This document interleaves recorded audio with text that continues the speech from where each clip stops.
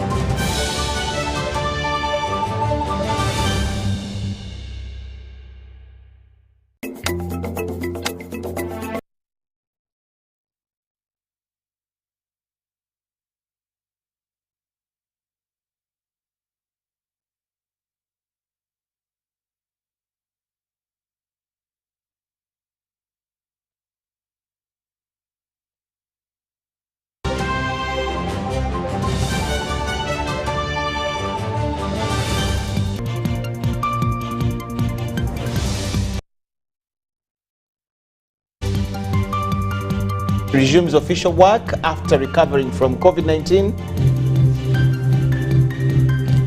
Security officials confirm the arrest of 20 individuals suspected to collaborate with the ADF rebels, while Pope Francis and international organizations condemn Kasese ADF attack.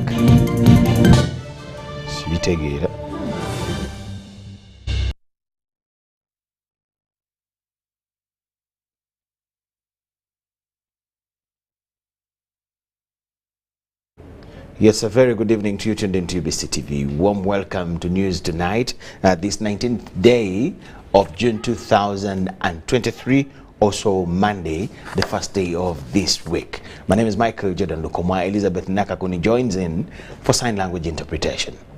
President Museveni, in our first story, has today resumed official work as head of state a day after confirming that he has recovered from COVID-19. Museveni, who has been under self-isolation at Nakasero State Lodge after testing positive for COVID-19 11 days ago, today traveled to State House Entebbe to chair the cabinet meeting. He was in company of First Lady, who is also Minister of Education and Sports, Mrs. Janet Museveni.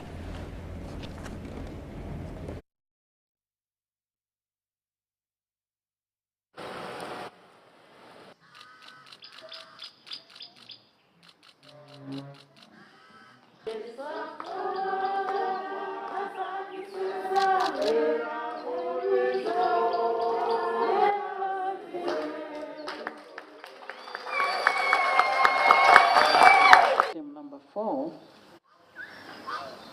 the executive order number 3. Yes, that is at the cabinet meeting in Entebbe. Now, security officials have confirmed the arrest of 20 individuals who are suspected to have collaborated with the ADF rebels in the attack against St. Peter Hunter Secondary School in Kasese district. This heinous act resulted into a tragic loss of at least 42 lives. However, there are concerns regarding the whereabouts of several students who were abducted by the rebels during the raid. Preliminary investigations into the attack on St. Peter's Hunter Secondary School in Mpondwe Rubira Town Council, Kasese District, point to premeditated planning involving the collaboration of certain community members.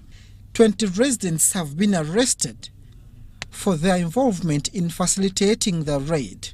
We are getting information that there were suspected collaborators within the area who could have aided them, okay, into the whole process.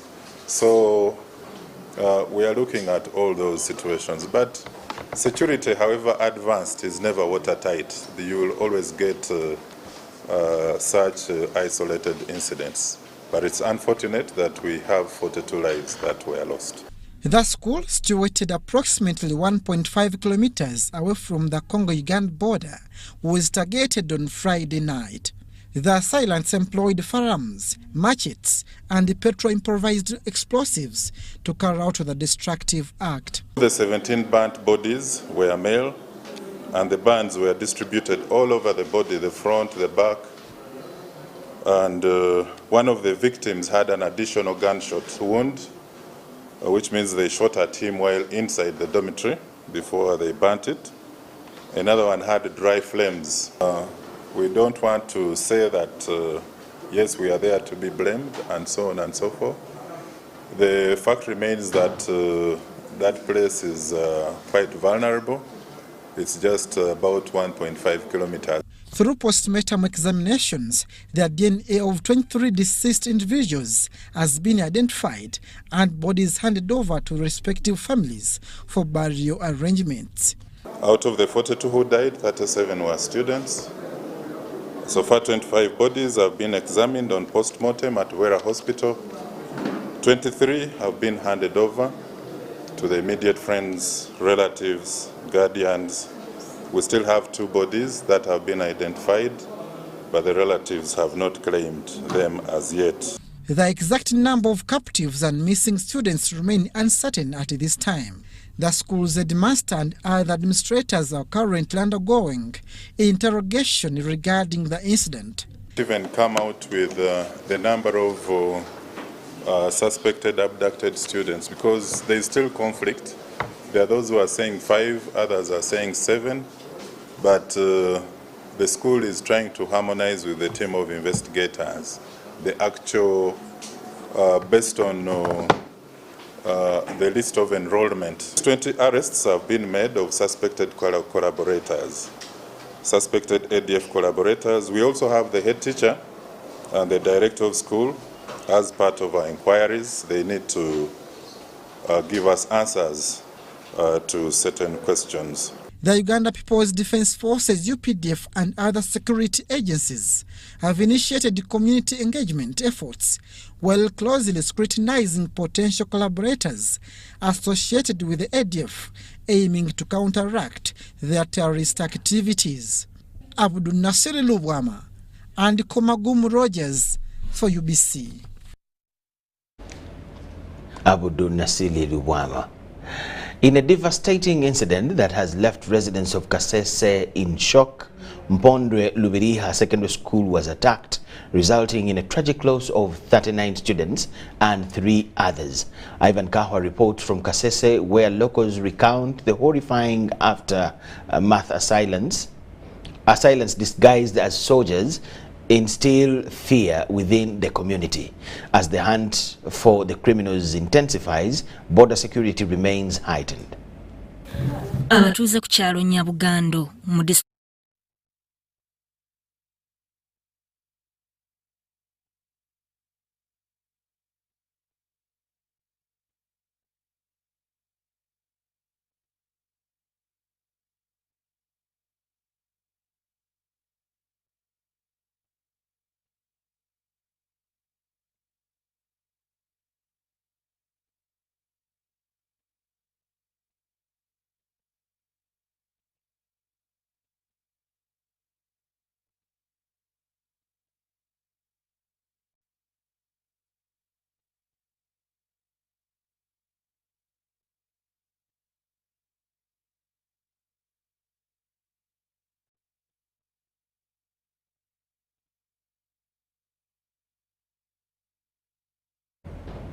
We apologize for that small mix-up. Let us correct it and have the story later on. But moving on, Pope Francis has condemned the brutal attack on the students in a school in Western Uganda and prayed for the victims. During his Angelus prayer at St. Peter's Square in the Vatican City, Pope Francis also prayed for the end to such wars and conflicts. Meanwhile, the Intergovernmental Authority on Development, IGAD, African Union Commission and UNICEF have also condemned the attack on innocent students.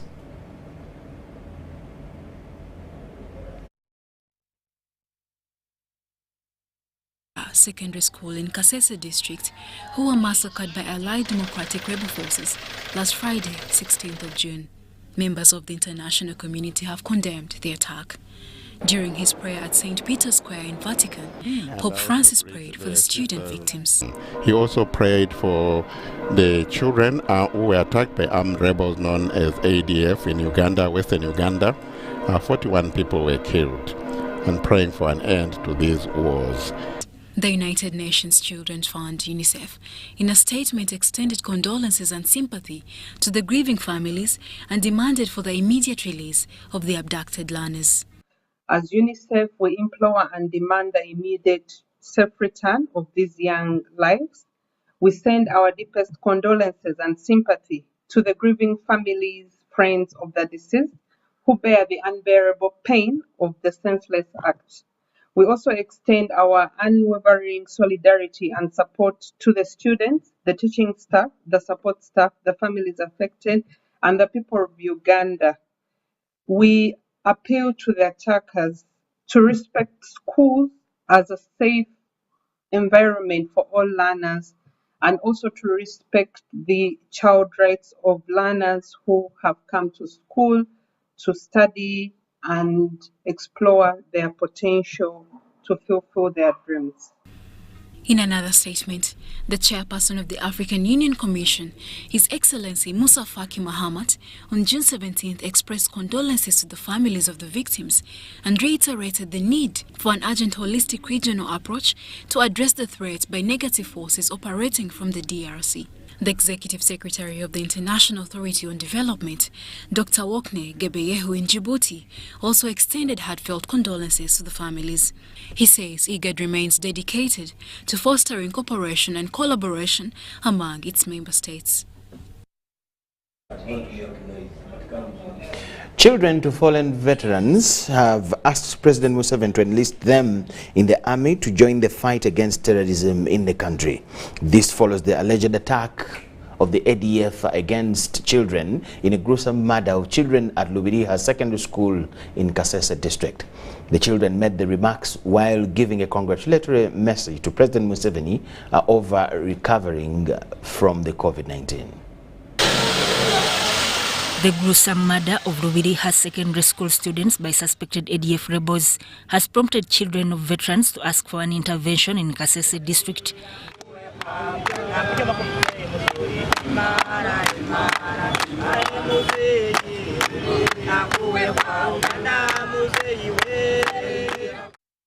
Just as Twino Mujoni, the team leader Watoto wa Jeshi, said they are available to maintain peace in Kasese district. I want to condemn in the strongest term ADF.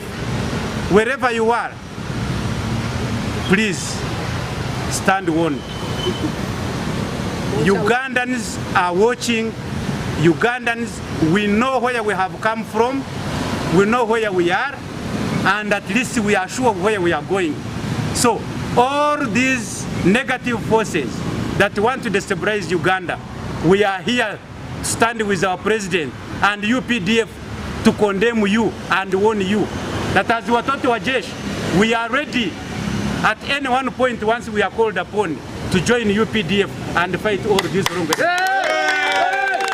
They made the remarks while taking their congratulatory message to the president on his recovery from COVID-19. It is to show solidarity with the rest of the Ugandans and thanking God, see that our president, the father of the nation, commander of all forces, see that God has helped us to see him alive and getting strong again. We thank God for the healing.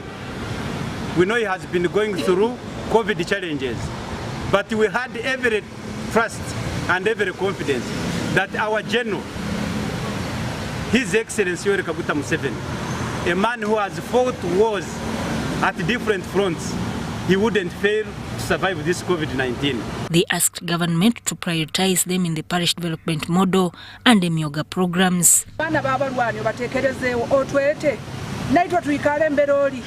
Sobola obuzibu tukulabamu sobola obuzibu tukuyitirana tuyina je n'omuhozi tukumusiima ebyakola ihangani tubirola kandi abamu mulitwe bali atimuye abandi tuli atimu ya muzeeyi so that Kaye, UBC News. The FDC opposition party has condoled with Kasese people over the massacre of young lives by suspected ADF rebels from the neighboring Democratic Republic of Congo. The FDC party president Patrick Oboy Amriat and other FDC officials say that security agencies were not vigilant enough and were slow to respond to the attack. Forum for Democratic Change has attributed security intelligence lapses as cause of the students' massacre on Rubiriha Secondary School. Given the fact that life was lost due to security lapses,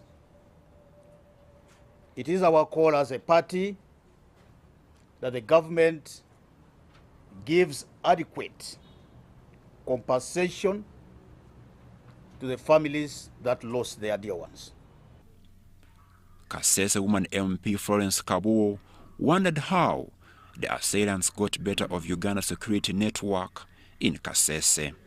It is still a puzzle to me how the rebels managed to beat the security, spent an hour hacking to death these students, spent another 30 minutes looting a nearby trading center, and went back without being intercepted by any security personnel. I think these security officers, especially the UPDF and police, have a lot of explanation to do for us to understand how they managed to penetrate, how the rebels managed to penetrate.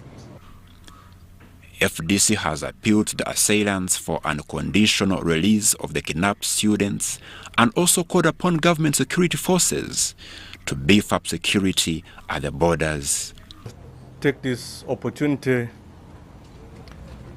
to condole with our people from Kasese and also to wish a quick recovery to those that survived this attack, but also to add my voice to my colleagues to appeal to the assailants to wear a human face and release the children that they abducted, because they have nothing to do with whatever power struggles there is between the government and the assailants.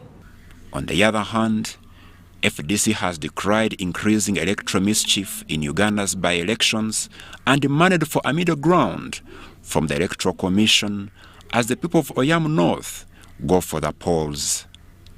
Crispus Areneitwe, Jimmy Akanshemeza, UBC News. Yes, a number of issues have come up during the week that we are, last week, and we have a lot of expectations in the line of government operations.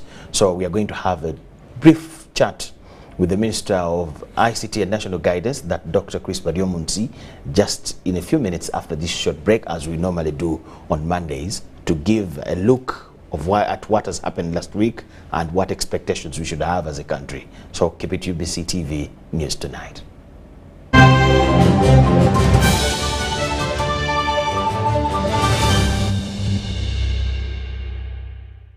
Jerry con.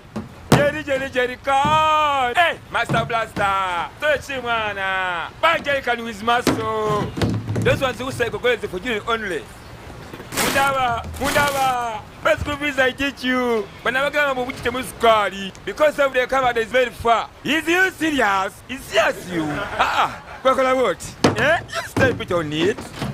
Add kilometers to your legs, and you get your sugar. We buy meat from Umaru, and Umaru refused to give you enough meat. Mama! Show him that they don't joke with you. Umaru, okukakaluka n'okulungi kwetaagako omuntu akuyambako, n'olwekyo tujja kukuteerawo embeera esaanidde osobole okukola ekisinga. Awamu teri kitulema.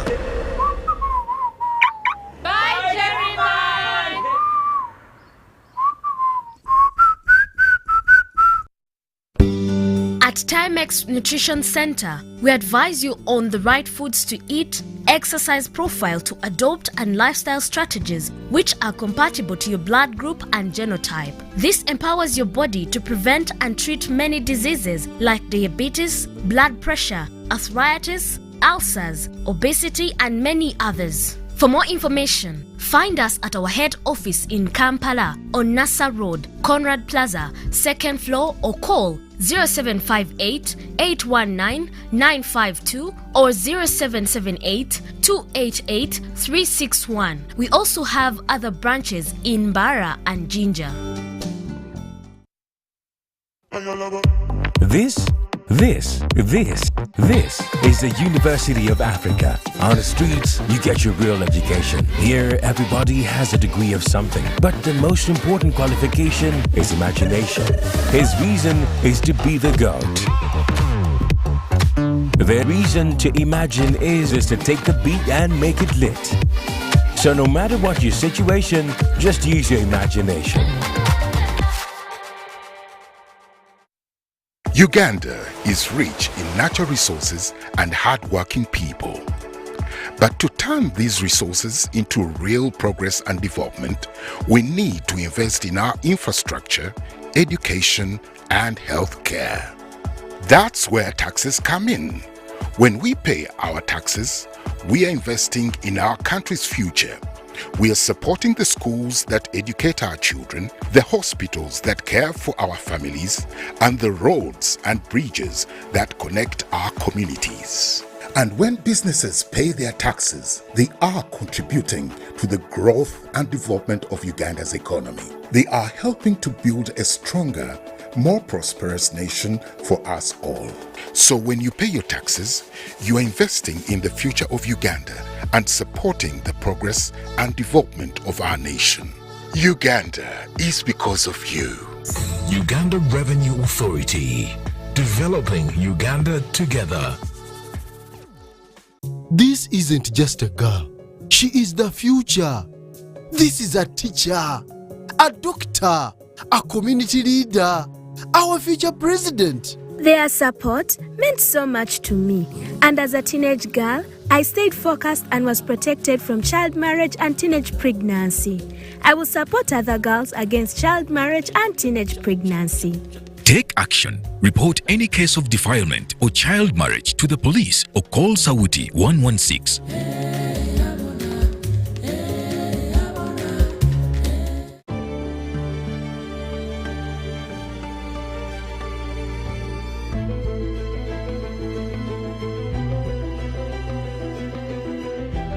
Uganda's oil and gas projects are providing opportunities for Ugandan businesses.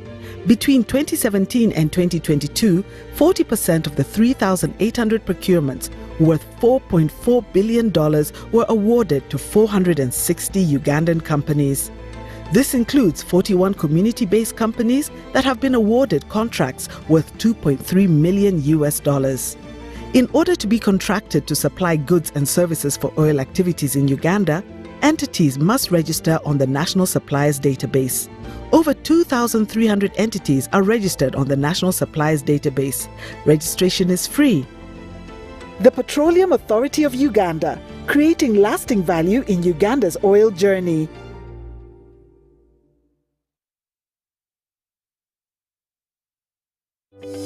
These days, our homes are no longer just the places we live.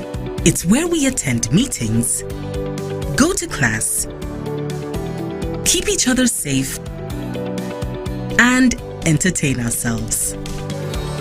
To do this smoothly, you need a reliable internet connection.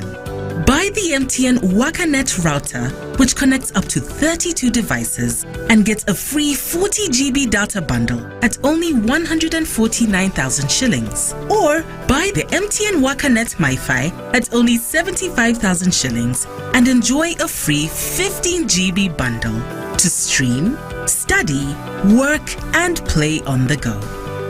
Visit any MTN service center to buy the MTN WakaNet router or MiFi and enjoy the internet that does amazing things.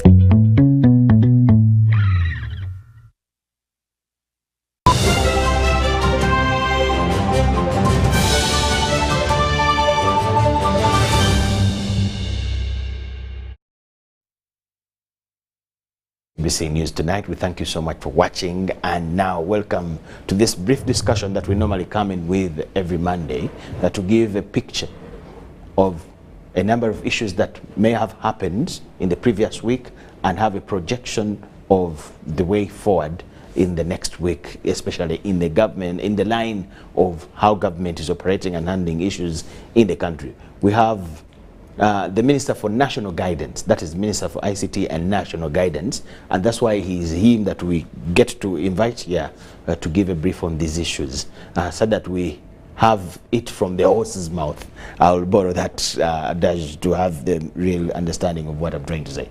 Dr. Chris Bariomonsi, the Honorable Minister, is already here with us, and we're going to look at a number of issues. We have the President returning to office today. We have the Kasese attack that is still causing a lot of pain in our minds, every Ugandan. We had the budget reading just last week. Then we shall also talk about a few other issues. Honorable, you're most welcome. Thank you very much, and good evening, viewers. I'm happy to be invited again here. Yes, we have seen the President chairing the Cabinet himself today, and I saw you there. Cabinet discusses an overview of the country. How did you see us? Because the Cabinet is closed. We had the video here in our first story. I think our cameraman managed to peep and get, you had the story. Yes. So in Cabinet you discussed an overview of Uganda. Yes. How would you describe the state of the country now, in reference to the discussions that you had in Cabinet? Well, every Monday, like you have said, we sit in the Cabinet. The Cabinet is chaired by His Excellency the President, and we discuss a number of issues. Yes. But usually, how Cabinet runs is that the ministries bring papers. Okay. We write papers from our ministries, submit them to the Cabinet Secretariat, and then an agenda is drawn. Okay. So it's not that we just sit and say, how is Uganda? Chigezi is like this, Karamoja is like this. That's what we discuss. Okay. Prepare the papers. According to sectors. Absolutely, yes. Okay. But I can say the country is stable, is moving on well. Well, albeit the challenge of Kasese, which I'm going to discuss, the recent attacks. But generally, we are making progress as a country. The other day, the Minister of Finance read the budget, clearly outlining the priorities which we are going to be focusing on the next financial year. Earlier on, the President had given a State of the Nation address, yes, giving an accountability of what has happened in the last 1 year, and also giving us a glimpse of what we are going into in the next financial year. So far, so good. Okay. Despite the few challenges which come here and there, like the shootings in Kasese, which are... Let's start with the President. Yes. Today he chaired the Cabinet. Yes. After we got information that he has not been well, in fact, battling COVID-19. How has he recovered? At least amongst all of us, the 45 million, you're among the few that have seen him. Yes. How is he? How has he recovered? And is COVID still, being a medical doctor, and is COVID still a serious problem? How are we going to make sure that we get safe?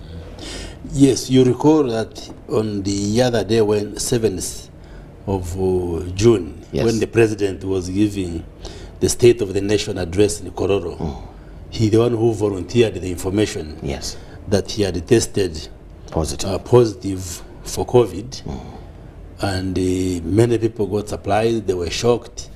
But first of all, we thank him for that courage. Many people would have just kept quiet, maybe. Exactly. But there was nothing to hide. He told the public and the whole world that he had tested positive, and then he went into isolation. And we thank God that he has been able to go through it, and the tests now have shown negativity. He's now negative. Wow. And that's when the few symptoms which has been reporting are also away, and he's back to office. And indeed, I want to confirm that today he chaired the Cabinet. We even had to sing Tukutendere for him, to receive him back to the Cabinet, because he had missed the last Cabinet. He was still under isolation. We want to thank Ugandans who have been praying for him. Not only Uganda, it's actually like the whole world, because the news was all over. Was all over. Yes. Beyond the boundaries of Uganda. And the people sent messages, get well soon messages. You saw how they signed these charts to take to him and so forth. So it shows that, like he said the other day, that he is a good person, contrary to what some people want to portray him as. So Ugandans still love him, yes, because they cherish and appreciate the contribution he has made as a leader in this country. So he's in the fine status, he's in the buoyant moods, very strong and very healthy, and we thank God that he's back to work and is ready to continue with the month of leading this country. But also, I want to condemn those who were teasing out, playing around with the news, just using social media to say he's in ICU, he's admitted in a hospital. I don't know what people intended to benefit. There is a problem of people playing with any kind of information currently. Absolutely. Yes. Let's sort of be responsible. However sensitive, there are people that take it and play with it. Why should somebody take pride in saying somebody is in hospital when you know he's not? Because yes, he tested positive, but there is a difference between testing positive and being very sick. And the good thing, the president himself was updating all of us through his social media writings, and we want to thank him that he was open about his condition, telling us how he was feeling, and that also dispelled these rumors and the false prophets who were writing all sorts of things. Yes. But thankfully, he's back, and we wish him a quick and total recovery. So, as going back to your question, whether COVID is still a problem, the answer is yes. Yes, WHO has downgraded COVID-19 because you recall in January 2020, at the end of January, COVID was declared a disease of public health emergency. Yes. And then in March 11th, 2020, it was declared as a global pandemic. And we went through what we went through, as all of us know. But now it has been on a downward trend. So a few months ago, I think RMA, WHO declared that COVID-19 is no longer a disease of public health emergency, but warned that COVID-19 is still there. So if you go by the SOPs which we announced as government the last time, they still stand until when we communicate otherwise. So we still urge the population to make sure they get immunized, vaccinated against this COVID-19.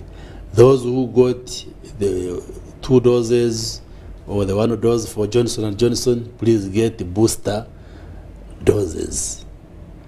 And also when you are in crowded places, it is safer to put on your mask and sanitize. Let's not throw caution to the winds, because as you see, the virus is still saturating. And actually in the months of May and June, we started seeing an increase in the positivity of COVID-19, although majority of those who test positive are asymptomatic. They don't get symptoms, they don't get sick, they don't get hospitalized. But we have to remain cautious.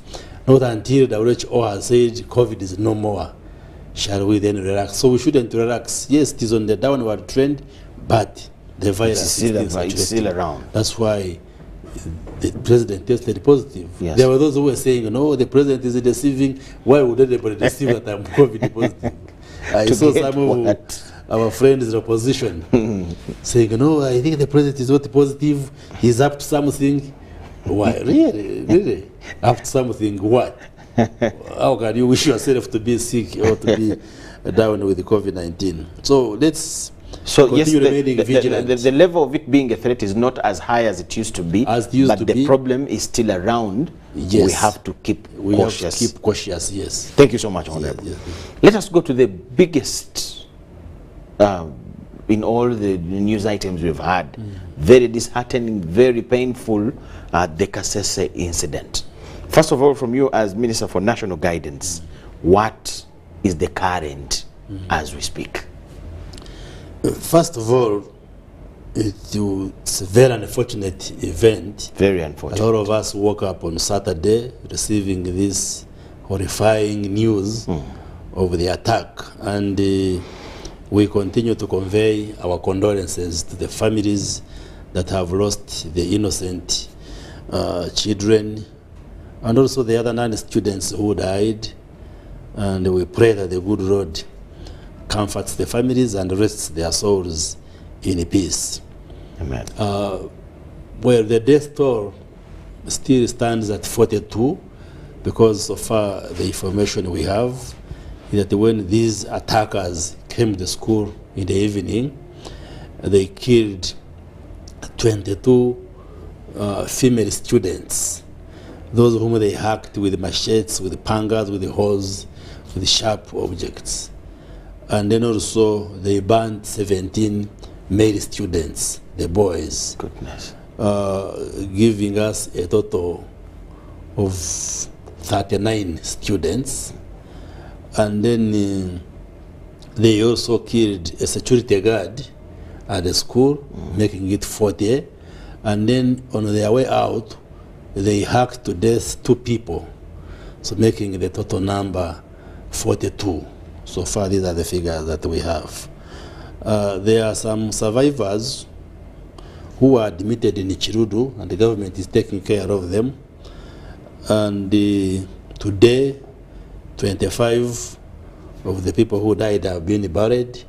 That's the 22 girls plus the 3 non-students. And the bodies of the 17 boys are still lying in Fort Poto Hospital, Buhinga. They are trying, the doctors are doing the DNA so they can properly be matched, because these are boys who were burnt in the dormitory, and it's very difficult to identify who is who. Exactly. So we have to carry out DNA analysis to identify the bodies so that the families can connect with them the and correct bodies of their dead ones. And there are also 7 students who survived unharmed, and there are 6 who are suspected to have been abducted, because these attackers, whom we suspect are ADF, also went into the stores and stole the food. Yes. And then they abducted some of the boys to carry this food. And but we continue to search and gather information, and if there is any additional information that comes, it should be made known. The president has supported the families that lost their dear ones with the condolence contribution of 5 million for each of the families, and also is supporting those who are injured.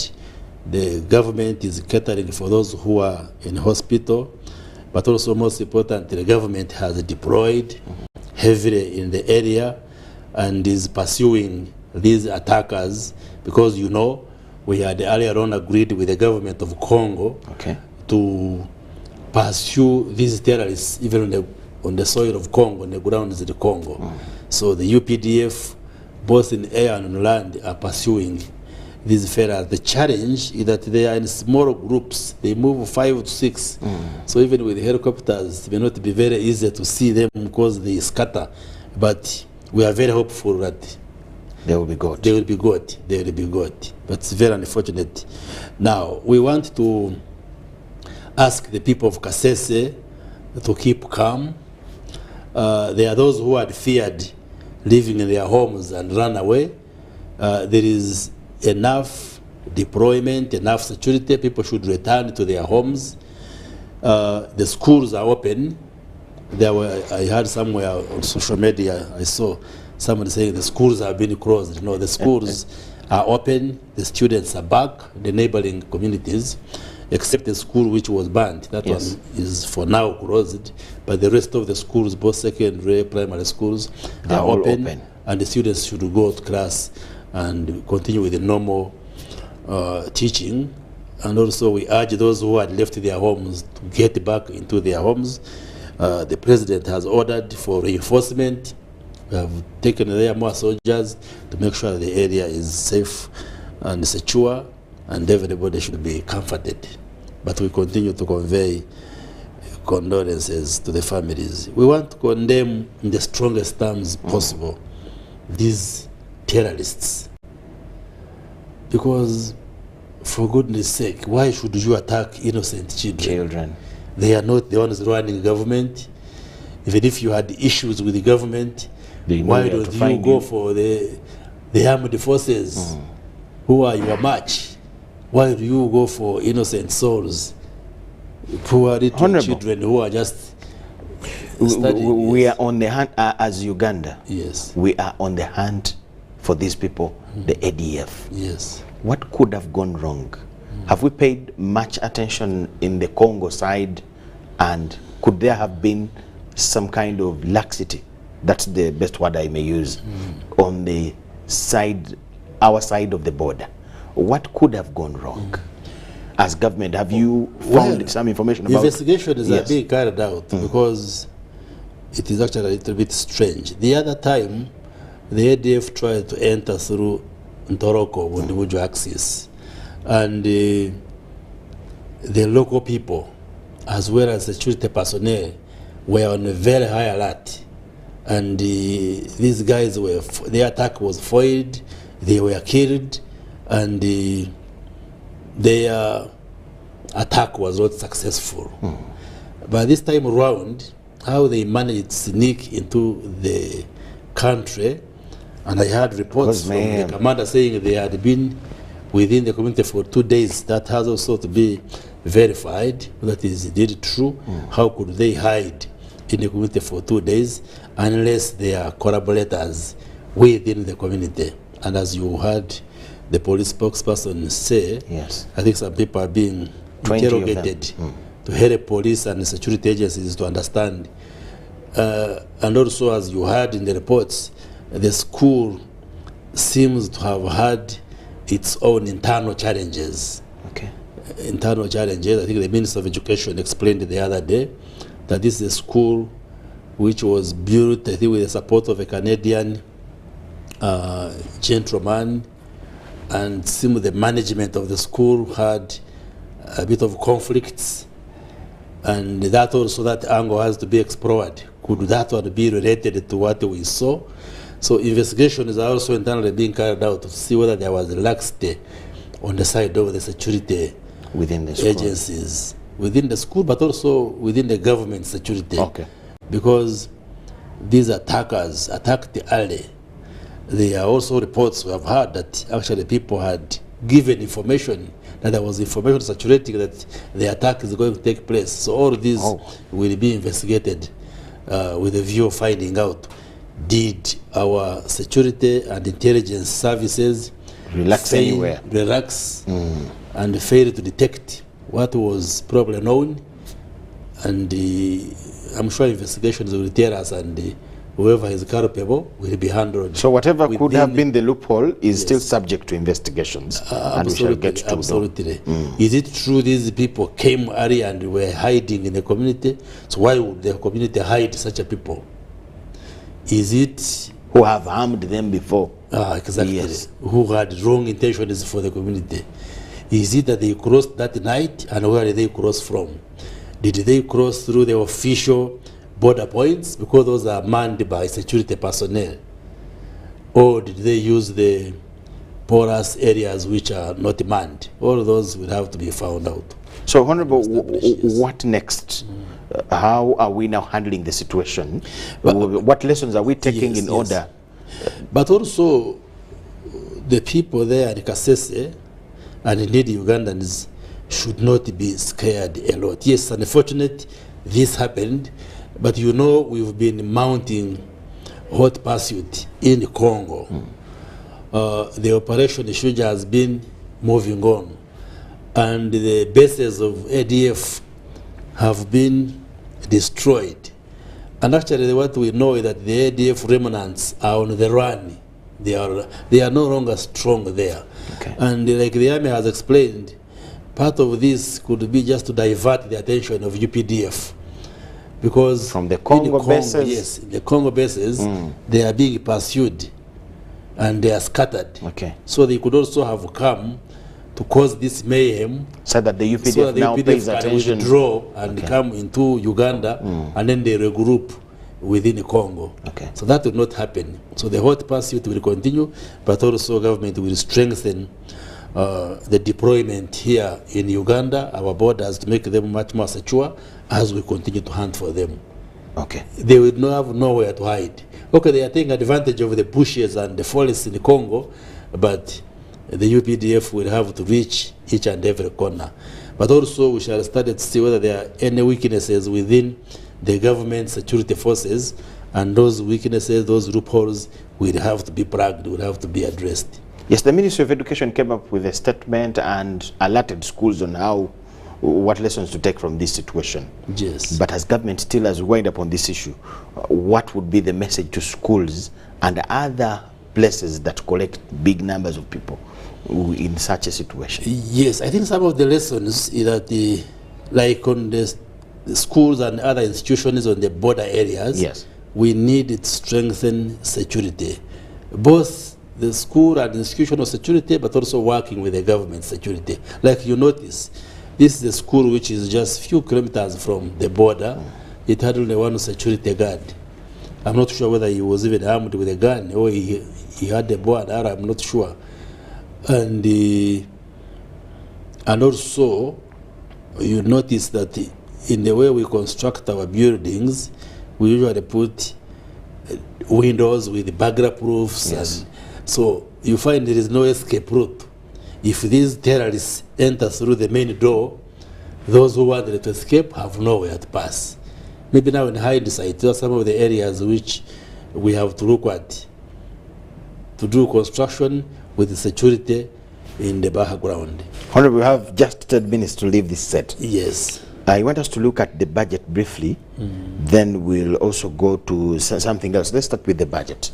Yes, last week on Thursday, we had the budget that is ushering us into the 2023-24 financial year. Yes. There are so much mixed reactions of some people who say have a lot of hope in it, and of course some other groups that say it is not people-oriented, it has this and this. What is the basis as government spokesperson of government? What is the basis of the priorities, and what should a Ugandan watching you expect, if you can break it down for but when they an say ordinary Ugandan? It is not the people-centered. Then it's centered on what? I was reading somewhere and somebody is looking at the taxes on some items and things like that, which they say by the end of the day somebody has almost returned whatever they have to government. But now I think you can explain that for everybody to get to understand why such priorities have to be taken. You see, sometimes the Ugandans can be what I would term, let me say some Ugandans can be what I term schizophrenic. They have a split mind. When we borrow, yes, they say, why is the government over borrowing? Now, when we say let us expand the tax base from by home, us paying taxes to finance the budget, they say, now you are taxing us. So the question becomes, where do you think government gets money from to finance its activities? We have to tax the Ugandans, we should pay taxes to raise the revenue. Then we supplement what we raise through taxation with the grants and the borrowing. That's how we fund the budget. Okay. And you heard the president insisting that going forward, we are going to reduce the amount of money that we borrow from outside. And like he said, correctly so, he has now said no loan shall be processed until he has personally approved it. Okay. So we're trying to tighten the issue of borrowing. So what we need to do is to widen the tax base so that we pay taxes, so that we can fund the budget and we get the services. First of all, it was one of the best budgets in my view. And why do you say that, Honorable? The Minister of Finance read it very well, and it's a budget contrary to what you are saying. Some people are saying it's not the people-centered. People-centered. On the other hand, it is a budget which is people-centered.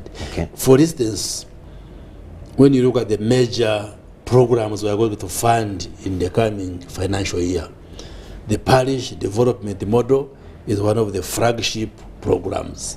Now, the parish development model, for the first time, we are having a program where we sink money in the communities directly, because we have mobilized Ugandans to form circles at the parish level, and each parish circle is receiving money directly from the center, from Ministry of Finance, to the circle which is managed by local people at the parish level. And like we have been saying, we have budgeted to send 100 million shillings per parish. So far, in this outgoing financial year, we have already sent 50, and the Minister of Finance has assured us before the financial year ends, he is going to remit another 50 to make it 100.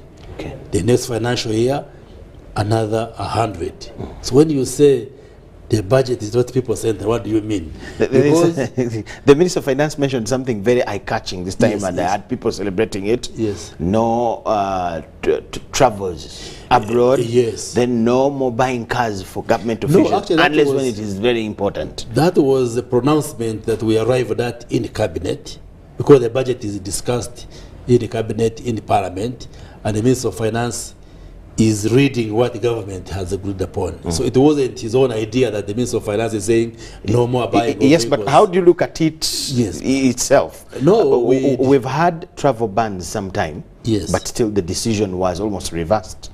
No. First of all, we have discussed it in the cabinet that we must reduce the consumptive expenditure within the government. Areas which do not contribute to strengthening and building the economy, like travels. So it's not the Minister of Finance decreeing, but it's government. We discussed it and agreed, the government decision that travels must be limited. It's only those which are extremely necessary that should be approved for people to travel outside. These workshops and conferences, even which we hold in the country, we should, as much as possible, reduce these workshops which are money consuming. These days we have IT. We can do video conferencing and Zoom meetings instead of just going in the hotel to take tea and pay for the hotel. There are other digital measures that can help to have possible measures which we can take, and still we are able to meet and discuss whatever we want to discuss. So travels, the purchases of vehicles, like he clearly put, no more purchases. So meaning that if you plan to procure, then you will be blocked. You will not be able to procure that vehicle. So that we save the money and invest it in service delivery and provide the services to Ugandans. So it is people-centered. We are focusing on the welfare of Ugandans rather than spending money in the consumptive areas which drain. Honorable, let me end with this one. It is very interesting. A delegation, a high-level delegation represented the African continent to contribute to a discussion of ending the conflict between Russia and Ukraine, which has, everybody accepts, it has in a long term squeezed Africa maybe even more than the people involved. What is the feedback so far from our leaders that represented us as Africa? More so here we were represented by the former Prime Minister, Dr. Rugunda.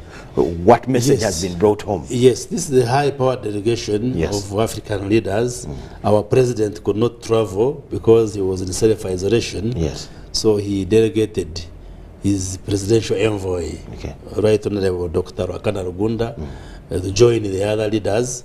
And the reception was positive. Yes. They have been able to meet leaders. And I think this is a very great contribution of the African leadership on resolving these global conflicts. Some people are looking at it, really, men who have a lot of problems on their continent, how can they take these rich people to stop fighting? Secondly, do they even have the capacity to convince them to stop the war? Let's end with that, Honorable. Yes, you see, there are people whom I call Afro-pessimists. I do not believe in Afro-pessimism. That because we are Africans, that's a new terminology. Yes. For us, we are Afro-optimists. Okay. Yes, we believe in ourselves that even us as Africans, we can be able to do it. Being black-skinned should not be seen as a disadvantage. Being white does not mean that those people are cleverer than us. They are not good. When you hear an African talk like that one, these Africans, can they manage what? It means they have no self-confidence. So can Africans influence? Absolutely, absolutely. Africans can influence, and we are very hopeful that this effort by the African leaders will result in cessation of hostilities, and eventually the gun may get silent between Russia and Ukraine. Because you see, the Western powers, they are the ones fueling this conflict because of their own selfish agenda. But for us, we are saying we should have a peaceful world. So this is a very strong message from the African leadership, and we hope from there they should also be able to move to Sudan and these other countries where there are these conflicts. We want the guns to go Probably silent. that's why those who doubt think charity should have begun from home before boarding the plane to go to Ukraine. There's no harm. There's no harm going to Russia, Ukraine. Eventually, they'll also be able to resolve the issues within Africa, because we want guns to go silent so that we focus on development, we focus on improving the quality of lives of our people. Thank you so much, Honorable. Just in a statement, what would be your message to a Ugandan watching us about the current situation in the country? New budget, again the attacks, some tensions with hope, mixing up all that in a statement. The message is that what happened in the Kasese is regrettable, but the assurance we want to give Ugandans is that the UPDF and the security agencies in Uganda are on top of the situation, and the ADF will not continue being a threat to Uganda. Secondly, we are mobilizing Ugandans to work hard and get out of poverty. And that's why we are supporting this parish development model, the MIOGA programs. We are putting funds and resources in those activities where we want every Ugandan to participate in building the economy. We do not want poverty anymore in Uganda. So please embrace these programs and join the fight against poverty, join the fight against subsistence, so that everybody can get an income. You create wealth so that we all become prosperous as we secure your future. Thank you so much. Thank you very much. His name is Dr. Chris Bariomonsi. He is the Minister for ICT, that is Information, Communication Technology and National Guidance. So when we talk to him, we are directly talking to government, and it's first-hand information. That is all we had for you for this particular bulletin. Let's catch you at 10 p.m. My name is Michael LUKOMWA. Enjoy the next program.